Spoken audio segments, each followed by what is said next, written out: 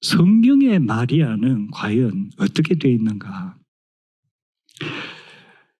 우리가 지금 2021년 12월에 살고 있습니다. 근데 지금부터 한 2000년 전으로 거슬러 가서 이제 예수님께서 죽으시고 부활하시고 성천하시고 난 후에 이 신약 성경의 이제 쭉 기록의 흐름들, 그리고 신약 성경의 기록은 거의 다 한 1세기 말경까지 우리 생각하면 그 다음부터는 이제 성경의 기록은 아니고 일반 다른 기록을 봐야 돼요.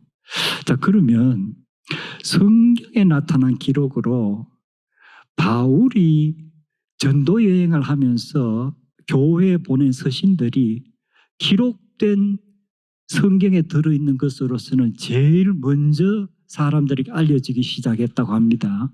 그러면 바울의 서신이 알려지면서 그 서신을 받고 어느 교회에서 그 서신을 낭독했을 때 바울의 서신에 마리아란 이름이 언급이 있는가? 여러분 지금까지 이 성경에 관해서 알고 계신 내용 한번 돌려보세요. 머리에서.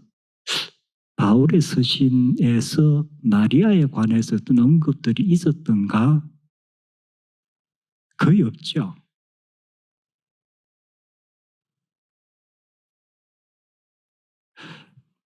그리고 그 다음에 이제 한 수십 년이 흐르고 나서 마가복음이 가장 먼저 기록이 되었다고 추정을 합니다. 그리고 마가복음에는 마리아에 관해서 어떻게 기록이 되어 있죠?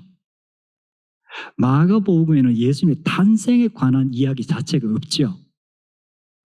그리고 마리아가 언급되는 이렇게 첫 내용을 보면은 예수님의 어머니와 동생들이 예수님이 좀 정신이 이상한 것 같다 하는 소문이 돌면서 예수님을 붙들러 간다는 얘기가 나와요. 그리고 사람들이 예수님 어머니와 동생들이 밖에서 찾습니다 했을 때 예수님 뭐라 그러시죠? 누가 내 어머니냐? 누가 내 동생들이냐? 이 자리에 앉아있는 너희들, 하나님의 뜻을 행하는 사람들이 나의 가족들이다. 그래서 마가복음에서 마리아라는 존재는 아주 긍정적으로라기보다는 조금 부정적으로 이렇게 그려져 있어요. 그리고 나서 이제 한 10년, 15년 정도가 지나서 이제 마태복음과 누가복음이 기록되었다고 학자들이 추정을 합니다. 그럼 마태는 마리아에 관해서 어떻습니까? 마태복음에는 탄생에 관한 이야기는 나와 있죠. 그런데 마태복음 탄생에 관한 이야기의 시작된 초점은 마리아가 아니고 요셉에게 맞추어져 있어요.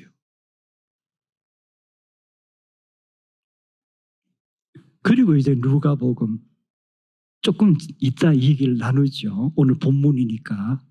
그리고 나서 한 15년, 20년 후에 기록되었다가 요한복음, 가장 마지막에 기록된 것. 요한복음에 마리아는 언급이 되어 있습니다. 그런데 마리아란 이름이 적혀 있지 않아요. 항상 예수의 모친이라고, Jesus mother이라고 요한은 기록을 했습니다. 왜 이럴까? 왜 마가, 마태, 누가 다 마리아란 이름을 밝혔는데 요한은 이름을 밝히지 않고 예수의 모친이라 했을까? 이런 약간 다른 점들이 그 시대라든가 또는 이러한 사람들이 가까이 했던 어떤 신앙 공동체와 분명히 관련이 있을 거예요. 그것이 이제 학자들이 연구하는 것인데 우리는 그 수준까지는 가지 않지만 대체적으로 성경 자체에서는 마리아가 아주 강조된 것은 아니구나. 그렇다면 가톨릭에서 이러한 교리들이 좀 심하다. 그러나 한편으로 개신교에서는 또 너무 마리아를 이렇게 격화시키는구나. 자, 그렇다면은 오늘 제가 읽었던 이 누가가 기록한 본문에서 첫 번째 누가는 지금부터 2000년 전에 그 시대에서는 상당히 여권 신장에 신경을 썼던 사람 같아요. 다른 복음서보다도 누가복음에서는 여성들에 관한 기록들 그리고 긍정적인 면들이 많이 부각이 됩니다. 그 다음에 이 마리아와 관련된 오늘 제가 봉독했던 말씀을 보면은 구약에 하나님께서 모세를 부르실 때, 하나님께서 이사야 선지자를 부르실 때, 그리고 뭐 사무엘이라든가 이후에 많은 선지자들을 이제 부르는데, 그때에 그 부르는 장면을 쭉 모아가지고 성경학자들은 콜 내러티브라는 이름을 붙입니다. 콜 하는 것은 부르다. 내러티브는 이야기죠. 그래서 하나님께서 하나님이 쓰실 사람을 부르는 이야기라고 하는데 거기 어떤 패턴이 보입니다. 어떻게 부르시는가. 근데 묘하게도 방금 제가 축약해서 읽었지만 여러분이 누가복음 1장 26절부터 38절까지 다시 한번 쭉 집에 가서 읽어보세요. 그러면은 여기에 구약 성경에서 하나님께서 지도자, 특히 선지자들을 부르실 때에 나오는 그런 콜 패턴이 그대로 나와 있어요. 그게 첫 번째 뭐냐면은 하나님의 메신저가 와서 인사를 합니다. 그것이 이제 첫 번째예요. 오늘 여기 보면 가브리엘이라는 하나님의 메신저가 마리아에게 와서 인사를 했죠. 뭐라고 했습니까?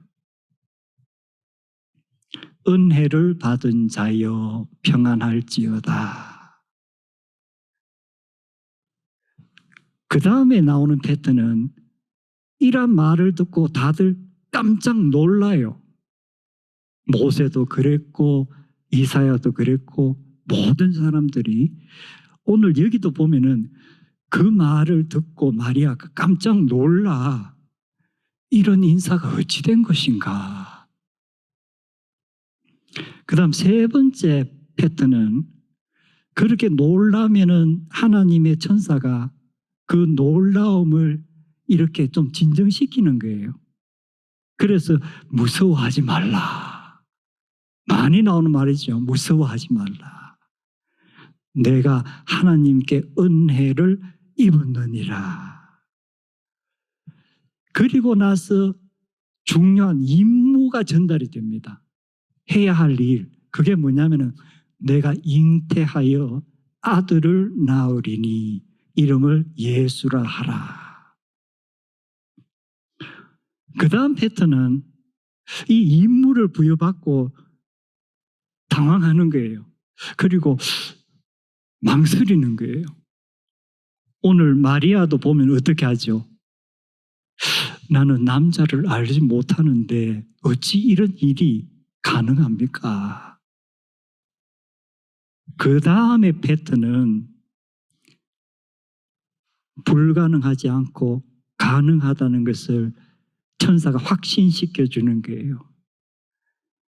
성령이 내게 임하시고 지극히 높으신 자의 능력이 너를 덮으리라. 가능하다.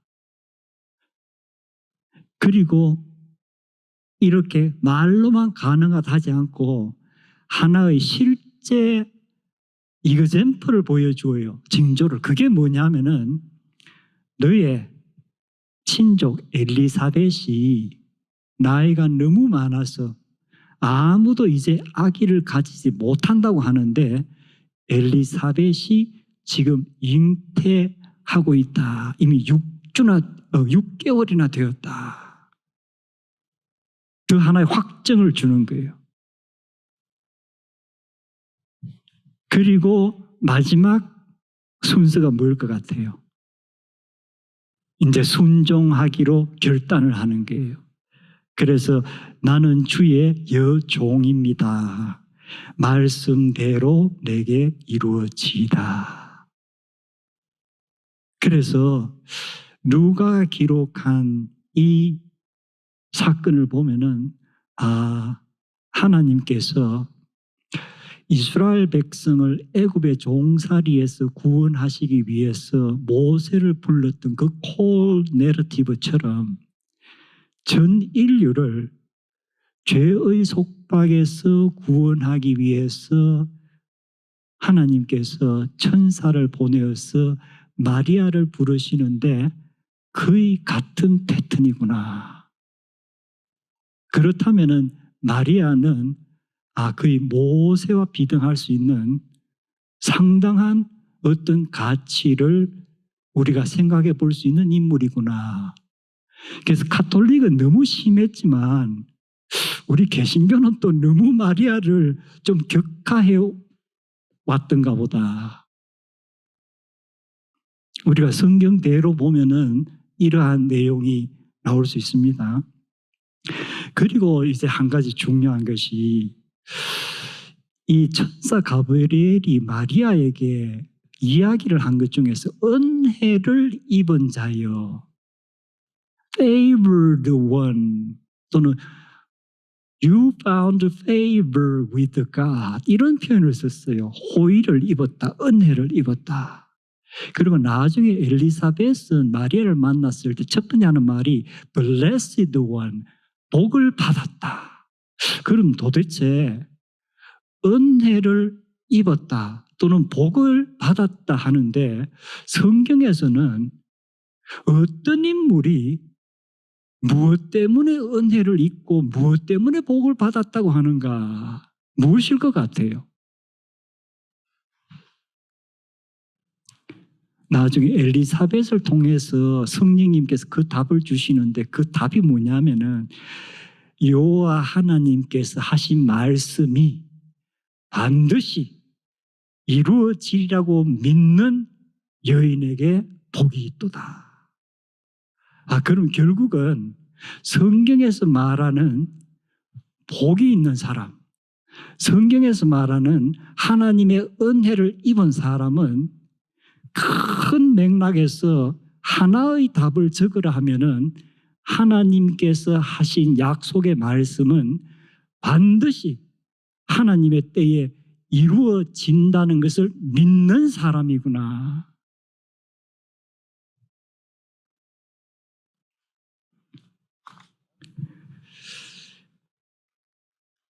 이제 말씀을 마무리하면서 사복음서 그리고 누가복음에도 이 은혜를 입었다 또는 복을 받았다 하는 주제와 관련된 사건들이 많이 기록이 되어 있습니다.